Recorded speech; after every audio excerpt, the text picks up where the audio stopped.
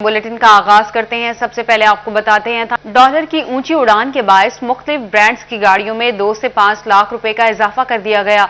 गाड़ियां सारिफिन की कुव्वत खरीद से दूर हो गईं। तफसीलात देखिए इस रिपोर्ट में। डॉलर का रेट बढ़ते ही गाड़ियों की कीमतों में भी इजाफा होना शुरू हो गया। सुजुकी ऑल्टो VX की कीमत में 1,61,000 रुपए के इजाफे से 12,74,000 रुपए हो गई। ऑल्टो VX LAGS की कीमत 1,83,000 रुपए इजाफे से 17,04,000 रुपए पर पहुंच गई। ऑल्टो VX R की कीमत में 1,73,000 का इजाफा कीमत 15,08,000 रुपए हो गई। कल्टस AGS की कीमत 22,72,000 और कल्टस VXL की कीमत 21,05,000 रुपए हो गई। वैगनार AGS की नई कीमत 20,24,000 और वैगनार VXL की कीमत 18,52,000 रुपए, जबकि वैगनार VXR की नई कीमत 17,60,000 रुपए हो गई। जबकि होंडा ने भी गाड़ियों की कीमतें बढ़ा दी। होंडा सिटी MT 1,30,000 महंगी होकर 27,29,000 की हो गई। होंडा सिटी CVT 1.5 लाख रुपए महंगी होकर 29,49,000 की हो गई। सिविक VTI की कीमत में 3,65,000 का इजाफा हुआ और 39,79,000 की हो गई, जबकि BRV 2,25,000 महंगी होकर 35,99,000 की हो गई। इसी तरह अगर टोयोटा गाड़ियों की बात की जाए तो कोरोला ऑल्टस ग्रैंड 1.8 2,10,000 इजाफे के बाद नई कीमत 40,79,000 हो गई। कोरोला ऑटोमेटिक 1.6 2 लाख इजाफे से नई कीमत 34,49,000 हो गई। कोरोला CVT 1.8 37,79,000 रुपए पर पहुंच गई। कोरोला मैनुअल 1.6 की कीमत में 1,90,000 इजाफे के बाद 32,89,000 की हो गई। कोरोला SEAT 1.6 की कीमत 37,99,000 पर जा पहुंची। फैसलाबाद के कार डीलर्स कहते हैं होंडा, कोरोला और किया गाड़ियों की कीमतों में 2 से 5 लाख रुपए तक इजाफा हुआ है। हुकूमत इंपोर्टेड गाड़ियों की दरामद की इजाजत है। कारोबार तो हमारा पहले 3 साल से जब से जनाब हम पे मुसल्लत किए हैं, हमने खुद किए हैं, तो उस वक्त से काम नहीं है। अब ये इन्होंने तकरीबन 8 माह पहले या 1 साल पहले 1 लाख रुपए कम किया गाड़ियों में से। अभी इन्होंने 2 लाख बढ़ा दिया। ऑटो पॉलिसी अभी 2 लाख बढ़ा दिया इन्होंने। सर हमारा तो काम जब कम हुआ था तब भी नहीं था, अब तो बढ़ गया। ऑल्टो गाड़ी की 1 लाख रुपए कम किया, उस पर 3 लाख का ऑन कर दिया। अभी 1 लाख इंक्लूड कर दिया, उसमें 3 लाख का ऑन अभी भी उस पर स्टैंड खड़ा है। सर 4 लाख कीमत बढ़ गई उसकी, कौन लेगा? हमारे पास कस्टमर क्या सोच के आएगा, हम क्या बेचेंगे? शहरियों का कहना है कि गाड़ियां आम आदमी की कीमतें खरीद से दूर हो चुकी हैं। गरीब आदमी तो गाड़ी अब ले नहीं सकता, क्योंकि अब मजीद ये कुछ दिन कल से मजीद काफ़ी गाड़ियों के तकरीबन 2-2.5 लाख छोटी गाड़ियाँ, उनके मजीद रेट बढ़े हैं। गवर्नमेंट की डोल है, गाड़ी इतनी महंगी हो गई, कस्टमर पहले कोई नहीं है। और छोटी गाड़ी 2, 2.5, 3 लाख महंगी हो गई, बड़ी 5 से 6 लाख महंगी हो गई।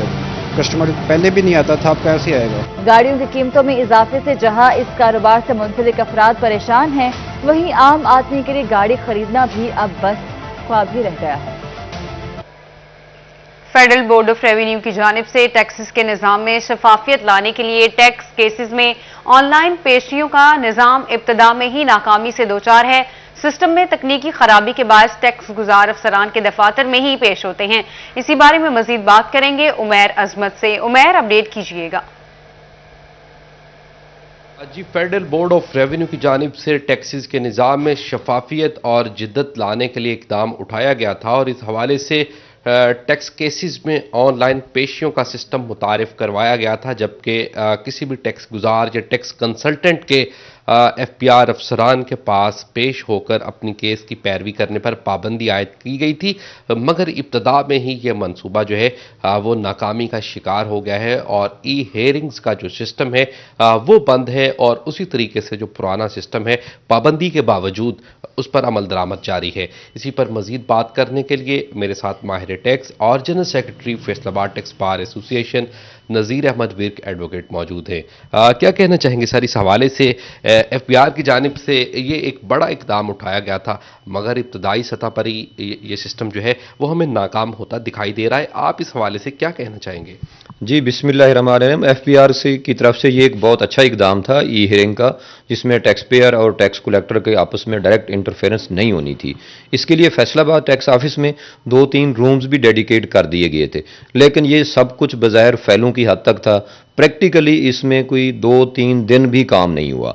उसी तरह टैक्स कलेक्टर का, टैक्स ऑफिसर्स का और जो उनके टैक्स पेयर्स हैं या उनके नुमाइंदे हैं, उनका face to face, table to table वही डिस्कशन, वही पुराना रिवायती तरीकाकार जारी है। अब उस सिस्टम को अगर बहाल कर दिया जाए तो वो बहुत अच्छा सिस्टम है, लेकिन वो फाइलों की हद तक रह गया। वो सिर्फ एक फाइल वर्क था, कोई उसके ऊपर अमल दरामद नहीं हुआ प्रैक्टिकली।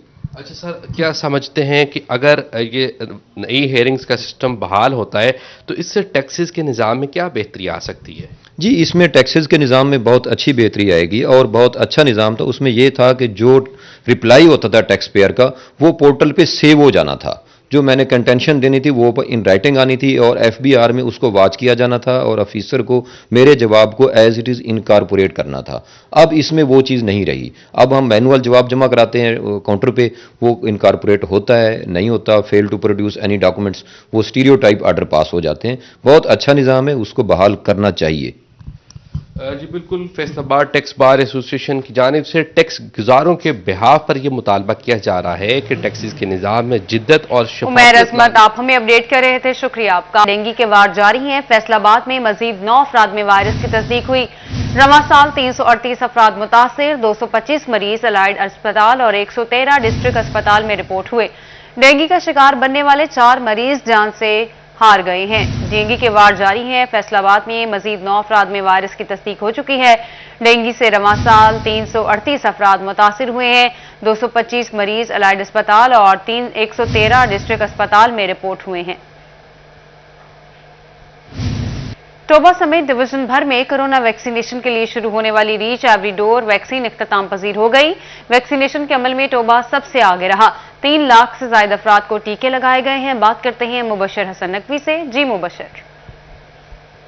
जी बिल्कुल, हुकूमत पंजाब ने 25 अक्टूबर को रेड मुहिम का आगाज़ किया, जिसमें रीच एवरी डोर के तहत जो है वो हर घर में लोगों को जाकर कोरोना वैक्सीन लगाई गई और ये 18 रोज़ मुहिम जो है वो अपने इख्तिताम को पहुंच चुकी है। इस हवाले से टोबा टेक्सिंग में कितने लोगों को जो है वैक्सीन लगाई गई, सीईओ हेल्थ काशी बाजवा से बात करते हैं और जानते हैं। सर, आप बताइएगा कि तकरीबन ये मुहिम ख़त्म हो चुकी है, अपने टारगेट के कितने करीब पहुँच चुके हैं, कितने लोगों को आपने वैक्सीन लगाई और इसका अगला फेज़ कब शुरू होगा?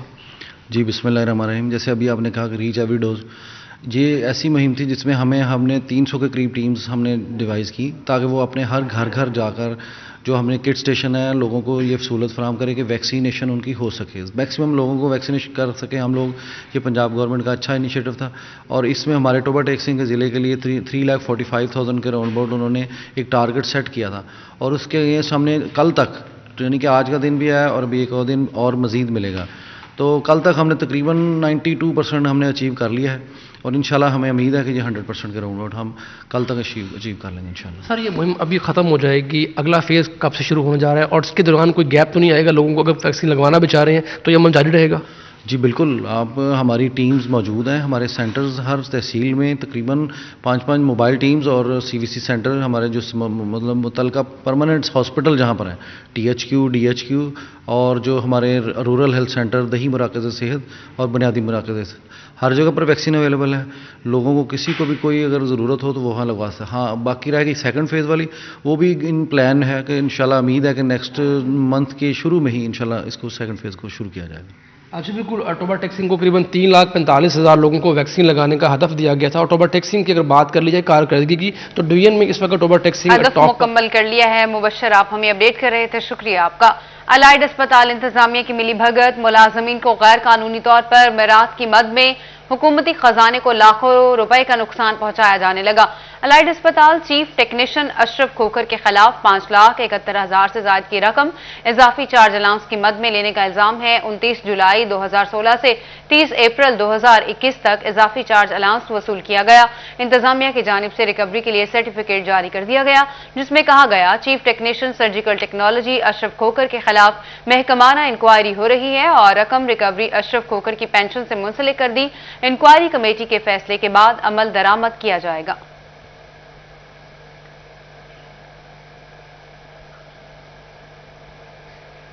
जबकि महकमा बल्दियात के मुस्लिम फैमिली लॉ में तरमीम कर दी गई। दुल्हा दुल्हन और गवाहान के लिए खत्म नबूवत का सर्टिफिकेट लाजमी करार। सर्टिफिकेट का निकाह ख्वाह की जानिब से फराहम किया जाएगा। महकमा बल्दियात के मुस्लिम फैमिली लॉ में तरमीम कर दी गई। दुल्हा दुल्हन और गवाहान के लिए खत्म नबूवत सर्टिफिकेट लाजमी करार दिया गया। पंजाब असम्बली की मंजूर शुदा करारदाद की रोशनी में फैसला किया गया। महकमा बल्दियात के मुस्लिम फैमिली लॉ में तरमीम कर दी गई। दूल्हा दुल्हन और गवाहान के लिए खत्म नबूवत सर्टिफिकेट लाजमी करार दिया गया। पंजाब असम्बली की मंजूर शुदा करारदाद की रोशनी में फैसला किया गया। निकाह ख्वाह अमल दरामद करवाने के पाबंद। उलमा की जानब से इस काविश को सराहा जा रहा है। साहबजादा हाफिज मोहम्मद अमजद कहते हैं, कानून के बाद गैर मुस्लिम अब किसी सूरत नाजायज फायदा नहीं उठा सकेंगे, उन्हें रोकना मुमकिन हो सकेगा। मैं समझता हूँ पंजाब असम्बली में ये जो बिल पास हुआ है ये ऐन इस्लामी तालीमात और उन इस्लामी जो कवानीन हैं उनका एक बड़ी देर से हम मुतालबा कर रहे थे, उसके मुताबिक ये बिल्कुल सही हुआ है और ये बड़ी खुशाइन बात है। इसके लिए तमाम सियासी जमातें मुबारकबाद की मुस्तहिक हैं कि ख़त्म नबूवत हमारे ईमान का हिस्सा है। ख़त्म नबूवत के बगैर इंसान मुसलमान नहीं हो सकता जब तक वो ख़त्म नबूवत पर मुकम्मल यकीन न रखे। उलमा ने कहा, बहुत अच्छा कानून बनाया गया, इसकी पैरवी सभी को करनी चाहिए। कैमरामैन शाहजेब के साथ अब्दुर्रहमान, फैसलाबाद।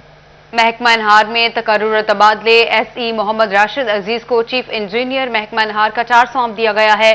सेक्रेटरी महकमा अनहार की जानिब से मरासला जारी कर दिया गया। बात करते हैं अब्दुर्रहमान से। जी अब्दुर्रहमान, जब बात की जाए यहाँ पर SC मोहम्मद राशिद अजीज़ को चीफ इंजीनियर महकमा अनहार का चार्ज सौंप दिया गया और इस हवाले से सेक्रेटरी महकमा अनहार की जानब से मरासला भी जारी कर दिया गया। हमारे साथ मौजूद हैं चीफ इंजीनियर, जिनका यहाँ पर मुलाजमिन की जानब से, ऑफिसर्स की जानब से इस्तकबाल भी किया गया। उनसे इसी हवाले से बात करते हैं। जी सर, मुबारकबाद कबूल फरमाएँ। बताइएगा क्या सबसे पहला प्लान होगा आपका?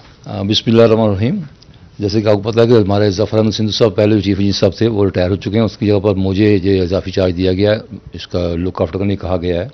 तो इंशाल्लाह मेरी कोशिश होगी कि जैसे मेरे सीनियर हजरात इस महकमे को और इरीगेशन जोन को चलाने की कोशिश करते रहें, मैं भी उस पर गामजन रहूँ।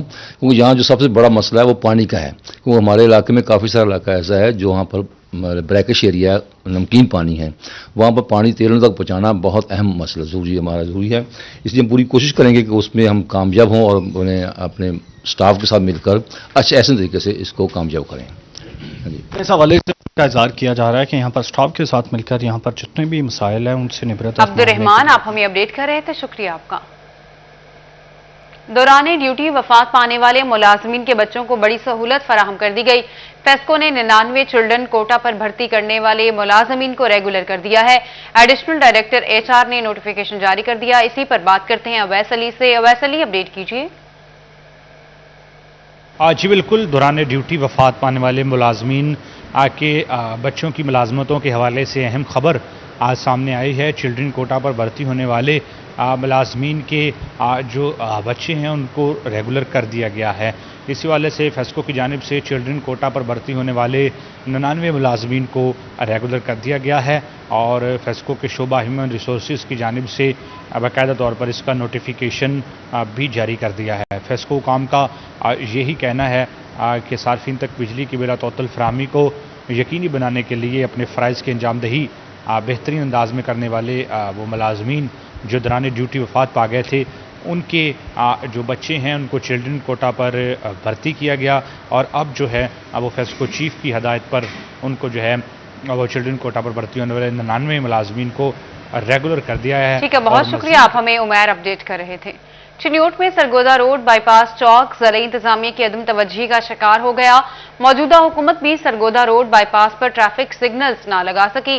अंधेरे और तारीकी से ट्रैफिक की रवानी बुरी तरह मुतासिर है। बात करते हैं अब्दुल कदीर से। जी अब्दुल कदीर।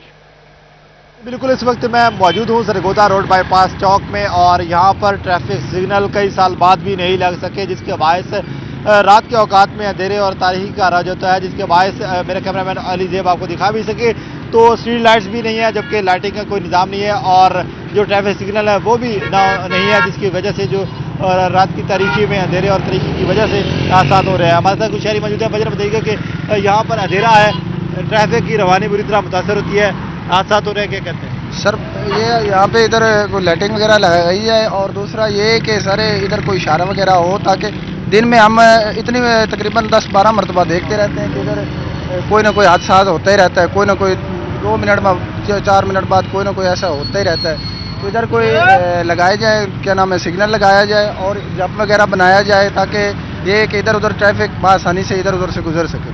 बिल्कुल शहरी शदीद परेशानी आप देख भी सकते हैं कि यहाँ पर हैवी ट्रैफिक यहाँ से गुजरती है, लेकिन जो शहरी है, जो मुसाफिर है, उनका गुजरना मुहाल हो जाता है, जिसके बाद रात के औकात में काफ़ी हादसा हो रहा है। शहरियों का ये मुतालबा सामने आ रहा है कि यहाँ पर ये मेन चौक देख भी सकते हैं कि यहाँ पर बड़ी ट्रैफिक यहाँ से गुजरती है, जिसकी वजह से शहरियों का ये मुतालबा सामने आ रहा है कि ये सरगोदा रोड बाईपास चौक है जो कि शहर का अहम तरीन चौक है, लेकिन यहाँ पर ट्रैफिक सिग्नल नहीं है। तो शहरियों का ये मुतालबा है कि ट्रैफिक अब्दुल कदीर आप हमें अपडेट कर रहे थे, शुक्रिया आपका।